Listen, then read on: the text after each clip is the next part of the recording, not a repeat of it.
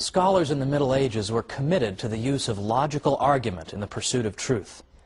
Today, we're going to explore how they used logical argument in pursuit of the ultimate question, whether God exists. How did they use reason to demonstrate that? Join me today for the Catholic Church, Builder of Civilization.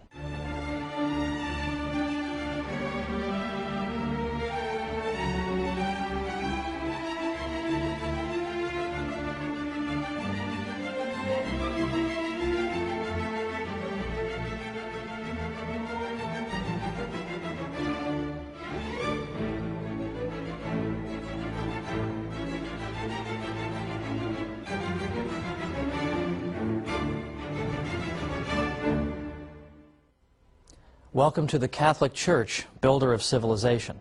I'm Thomas Woods. Last time we looked at the development of the university system and the indispensable role that the Catholic Church played. We saw how the popes played a critical role in protecting the students and fostering university life and even making possible an international scholarly community. Now these days, unfortunately, the Church is rarely if ever given credit for these things, but I assure you, everything I'm telling you is based on sources that are easily consulted. Pick up a history of the university and you'll read this for yourself. Today, I want to pursue this avenue of inquiry even further. I want to introduce some important personalities and look at things they did and said and the questions they pursued. And in particular, I want to take two famous people in church history and look at how they answered the critical question, can we prove the existence of God? And if so, how? Now that's very unfashionable today, because today, as I said at the beginning, we're being bombarded by arguments by, frankly, militant atheists who claim that it's irrational to believe in God, that of course a critical, scientific-minded thinker could never believe in God. Well, I hope to convince you otherwise today. Well, first, let's begin with a few personalities. It is worth noting that in the Middle Ages, there was a commitment to logical argument and a belief that logic and reason could lead you to the truth. In fact, Pope John the 21st wrote a book on logic, and his textbook was used for centuries afterward and went through 166 printings. Very, very few books go through that many printings. And here is a pope, a future pope, writing a book of that nature. Now, more specifically, a fellow named Peter Abelard was a scholar who died around 1142. He was controversial in his day, but he paved the way for scholars who came after him. Abelard was known particularly for a book he wrote, in Latin is known as Sic et Non. Literally means yes and no. Because what Abelard did was he took apparent contradictions, for example, apparently contradictory biblical verses, or apparently contradictory statements from church fathers, and he deliberately juxtaposed them so that they were right next to each other on the page. And there you were, face to face with an apparent contradiction. How would that contradiction be resolved? Well, the reason that Abelard's book was a bit scandalous for his time was that he didn't answer that question. He left the apparent contradictions just hanging there. And the reason he did this is he said, I'm a teacher for a living, and I'm not going to do my students' work for them. His students had the task of reconciling these apparent contradictions. So I always get a kick out of it when young students in college would come up to me and say, well, aren't there a lot of contradictions in the Bible? Ho, ho, ho. Well, Peter Abelard was talking about this in the 12th century and was using reason to try to resolve them, so I don't think I need some kid from Long Island to tell me this. But Peter Abelard's point was that when you have two sources, both of which are authoritative, biblical verses, for example, church fathers, but they seem to be saying different things, how can you resolve this matter? You can't resolve it by an appeal to authority, because here you have two authorities that are saying different things. So how do we resolve it? Through the use of reason. Because Peter Abelard was convinced that truth could not contradict itself, that these contradictions must be only apparent contradictions, and that once we get beneath the surface, we'll find that in fact the statements can be perfectly well reconciled. For instance, perhaps the two speakers or the two verses are speaking about the same issue under different aspects. Or perhaps one of the quotations is taken out of context. Whatever the explanation, Peter Abelard was certain that there was one. So here was a scholar who was absolutely prepared to take apparent intellectual difficulties in the faith and arbitrate them at the bar of human reason. Now that is pretty much exactly the opposite impression that I think people have about the Catholic Church, is it not? Then we have a fellow named Peter Lombard. He lived from about 1100 to 1160, who wrote a work of theology called the Sentences that became the most studied theological text, apart from the Bible, for the next several centuries. Now, Lombard, in his book, used authority to explain various aspects of the faith, but he did not hesitate also to appeal to human reason in order better to understand and explore the mysteries of our faith. Again, more or less the opposite of what we're told, isn't it? This, in a nutshell, is what we call scholasticism. In some ways, it's hard to define scholasticism in a way that every single scholastic would qualify as one. But I think it's safe to say that scholasticism initially began as a term simply to refer to professors who taught in universities. Now, right away, that would exclude St. Anselm, because he didn't teach in a university, but he was a scholastic. So it doesn't always work. But beyond that, the scholastics typically were interested in the use of reason in order to understand better and to defend the Catholic faith. They believed that there was no contradiction between reason and faith, and that if there appeared to be one, then we had simply misused our reason, we had not correctly argued the matter, or we simply understood some aspect of the faith. But the two could not contradict each other. They were two wings, in effect, that would soar toward the truth. I believe that's how Pope John Paul II put it in his encyclical Fides et Ratio in the late 1990s. That's exactly what St. Thomas Aquinas believed. So the scholastics are committed to this project of the use of reason in the pursuit of truth and in entertaining opposing views. Typically, particularly after the 13th century, a scholastic didn't just get up there, give his position and sit down. He always anticipated what the other side would say.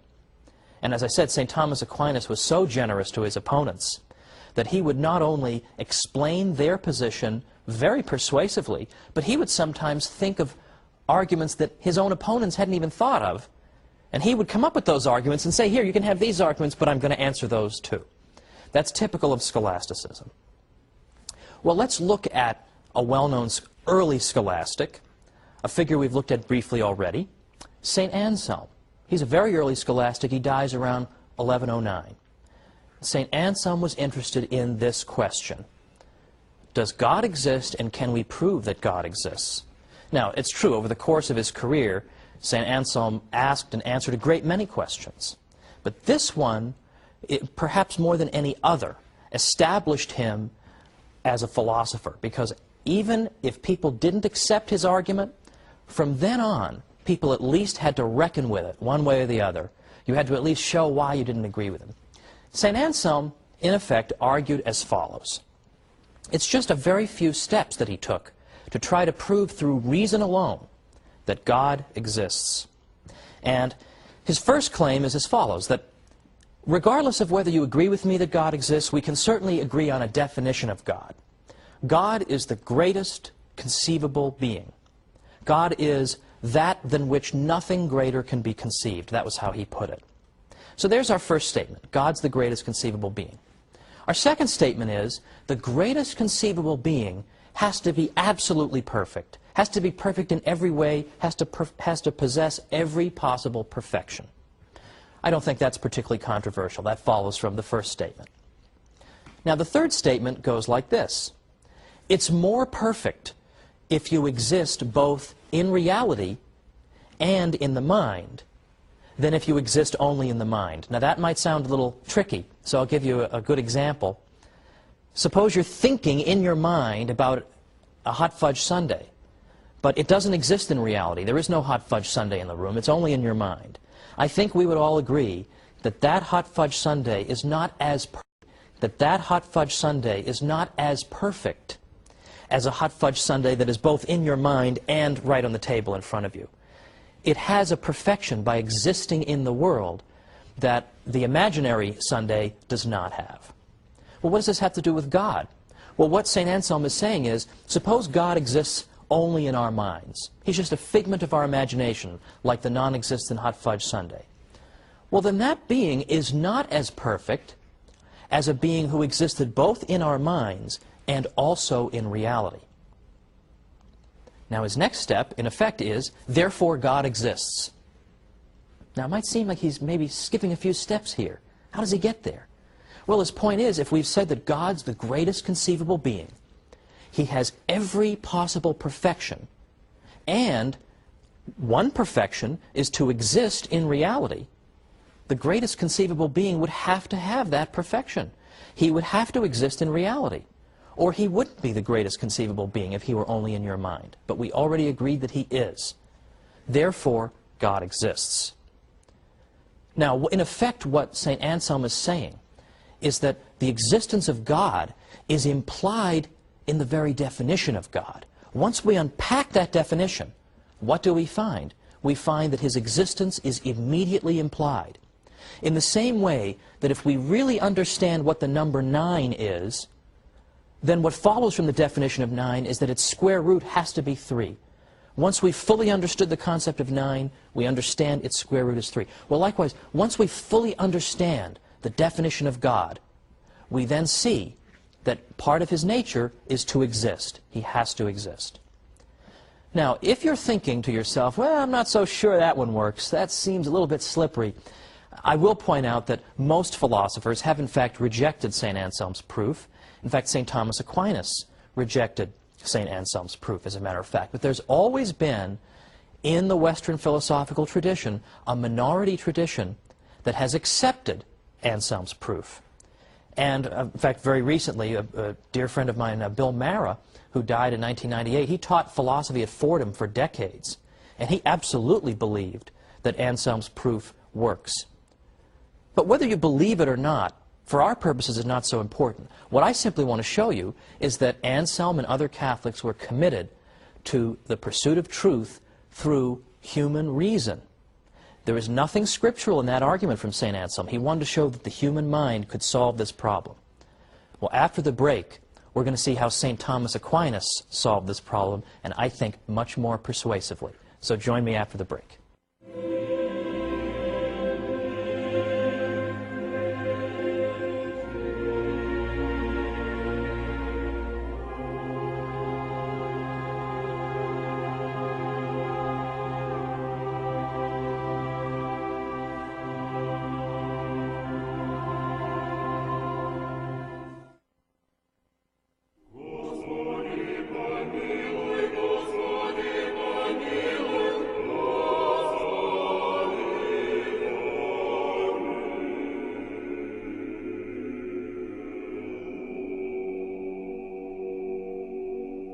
Welcome back to the Catholic Church, builder of civilization. I'm Thomas Woods. Before the break, we just finished looking at St. Anselm's proof for the existence of God. And if you want to impress your friends, you can refer to it as the ontological proof for the existence of God, and you can sound like a highfalutin philosopher. Not that you would want to, but you can do that. Now, as I said, St. Anselm's proof was rejected by a great many philosophers. Now I'd like to consider one that was offered by St. Thomas Aquinas. But let's first begin with a little bit of background on St. Thomas and his views. Now, St. Thomas lived in the 13th century from about 1225 to 1274. So when you consider how young a man he was when he died, his corpus of work becomes all the more impressive. How could you possibly have done this? How could you have possibly done it? It calls to mind the statement by St. Isidore of Seville, who once said that anyone who tells you that he's read everything Augustine has written must be a liar. Well, in a way, you almost feel that way about St. Thomas, anyone who's read it all and really, truly absorbed everything. Well, St. Thomas was convinced, as were the typical run of scholastics in his day, that faith and reason could not contradict each other. And St. Thomas believed that our knowledge consisted of 3 different kinds. For instance, he argued that some of our knowledge we know through divine revelation alone. Some knowledge we know both through divine revelation and through human reason, and still other kinds of knowledge are known through reason alone. So, for example, one piece of information that we know through divine revelation alone would be that God is a Trinity, that He's one God in three divine persons. Now, St. Thomas Aquinas said that this is something we have to know through divine revelation, because human reason could never arrive at this conclusion. This is an astonishing mystery. We could never arrive at this conclusion. Now, if I may digress for a moment, I'll point out that some thinkers have tried to claim that human reason can also prove the Trinity. The argument is that if we know that God is love, and we're going to make that something other than just a bumper sticker slogan, God is love, we're really going to take it seriously, then God has to have a threefold nature.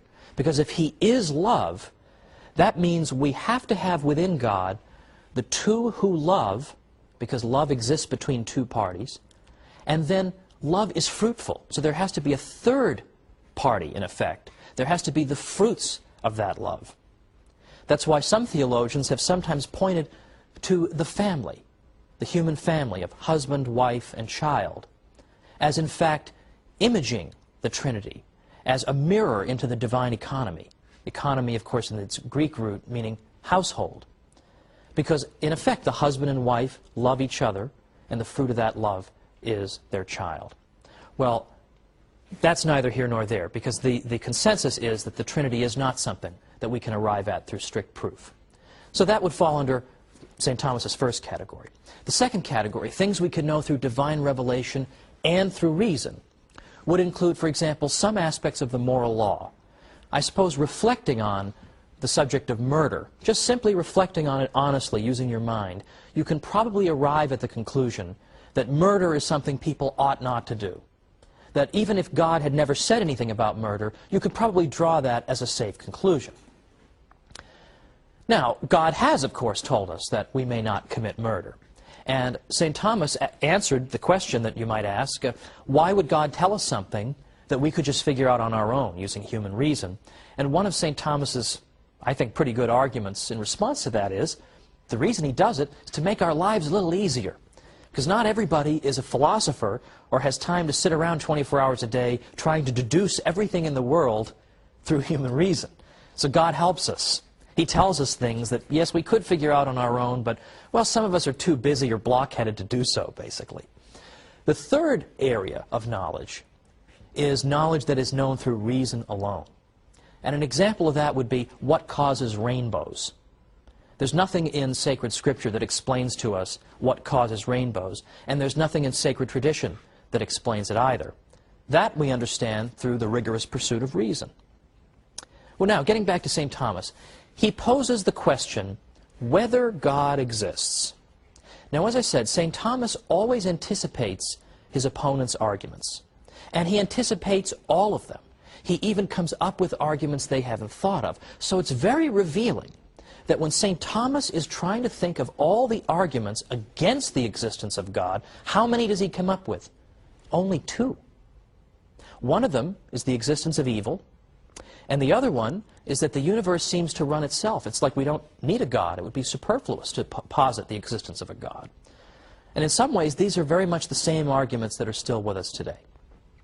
Well, here's one of St. Thomas's proofs, and I'm sort of adapting it for modern use. But let's begin as follows. Let's suppose you're in the deli, in the supermarket. You want to go up to the deli counter and get some turkey. You go up there, though, and you find that you have to take a number before you can get to the counter and get your turkey. So just as you're about to take your number, you see another device. And this other device says, well, before you can take a number, you have to take a number to get in line to take a number. Well, this is a very disturbing, Kafka-esque deli, to be sure. So you're about to take that number, and it turns out there's another number machine. It says, whoa, whoa, whoa, not so fast. Before you take that number, you have to take a number. Before you take that number, you have to take a number. So you have to take a number to get in line to take a number, to get in line to take a number, to get to the deli counter. Well, suppose you turn your head and you see that going on infinitely down this supermarket is an infinite series of numbers you have to take. Well, are you ever going to get to the deli counter? Of course not. You'll spend the rest of your miserable, rotten life standing there trying to take numbers, but being unable to do so because there's always a preceding one you have to take. You can never even take a number because there's always one before it that you are supposed to take first. You'll never get to the deli counter, that's for sure. But suppose you're wandering around all frustrated in the supermarket, you're wandering around, and you see somebody with turkey in the shopping cart. Then you know the numbers must not go on forever, because then how did this person get the turkey? There must have been a stopping point somewhere. Or consider this. You want to sign up for a course at a college, a special course, and you're told, well, if you want to sign up for that course, you have to go see Mr. Jones. You go see Mr. Jones, and he says, oh, sorry, before you can see me, got to see Mr. Brown.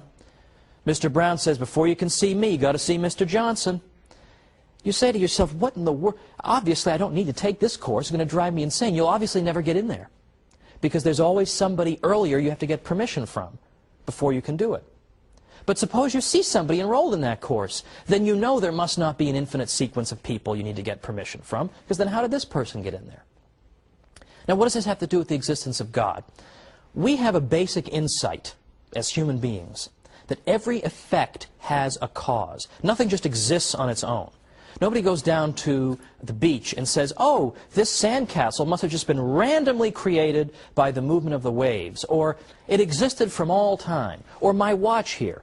Nobody would look at this watch and say, oh, I bet this has just always been there before the beginning of time. No one would say that. Okay? We know that would be nonsense. Or, and I apologize to whoever it is I'm borrowing this from. I can't remember what your name is, but I like this example. Suppose I walk into my office and there's a bowling ball on my chair. Now, there are many possible ways it could have gotten there, but the one explanation I will not accept is, well, it just appeared. It had no cause. No one would accept that, right? I would be willing to consider the most ridiculous explanations before I would accept that. In fact, I'd be willing to consider the possibility that the CIA is trying to spy on me, and they've put a little chip in this bowling ball to make that possible. I would consider that before I would consider the ball just appeared. Well, now here's St. Thomas's proof. Every effect requires a cause. So consider anything existing. It requires a cause. Consider a thing Z. It requires a cause. We'll call the cause of Z Y. But the problem is, Y requires a cause too, right? Y doesn't just exist out of nowhere. Y also has to be caused. Well, what caused Y?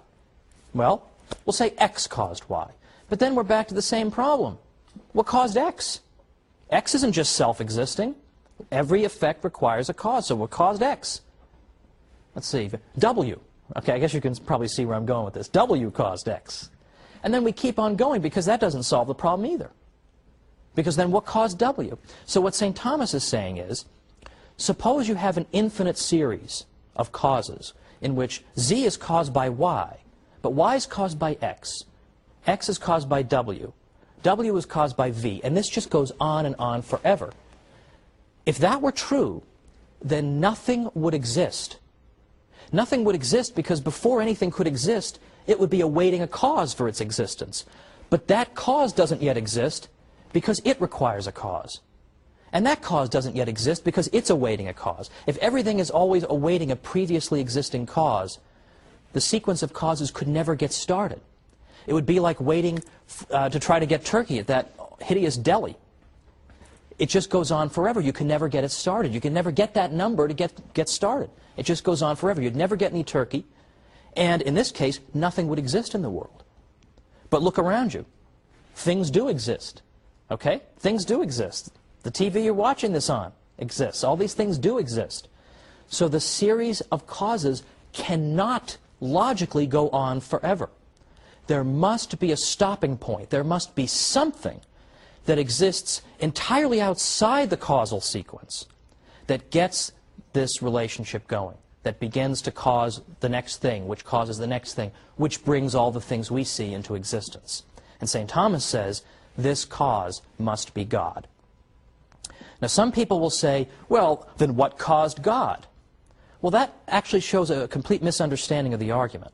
The point is simply that it is logically necessary, it's unavoidably necessary, that something must exist outside this causal sequence in order to get it going.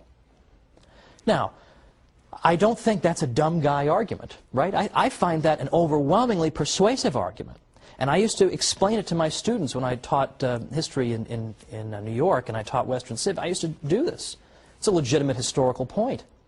And it makes you think. Now, you don't reason yourself, typically, into believing in God. But there are a lot of people today, I think, who think that believing in God is just stupid and irrational. Proofs like this can help to break down those barriers for people like that. This is what the universities made possible, this type of rigorous intellectual environment. Pope Innocent IV, a 13th century pope, described the universities as rivers of science which water and make fertile the soil of the universal church. Pope Alexander IV called them lanterns shining in the house of God. But it's not all scholars who built Western civilization. It was people who prayed and did scholarly work, but also did physical labor. And I'm talking now about the monks, who will be the subject of our next program. The monks are probably the most versatile people who ever lived. They prayed, they were agriculturists, they were metallurgists, they were scientists, they were physicians, they provided charity, they provided inns for people. They did more than any other group of people in any culture I've ever been familiar with, and they played an essential role in building Western civilization. So join me next time as we talk about the monks on the Catholic Church, Builder of Civilization. See you then.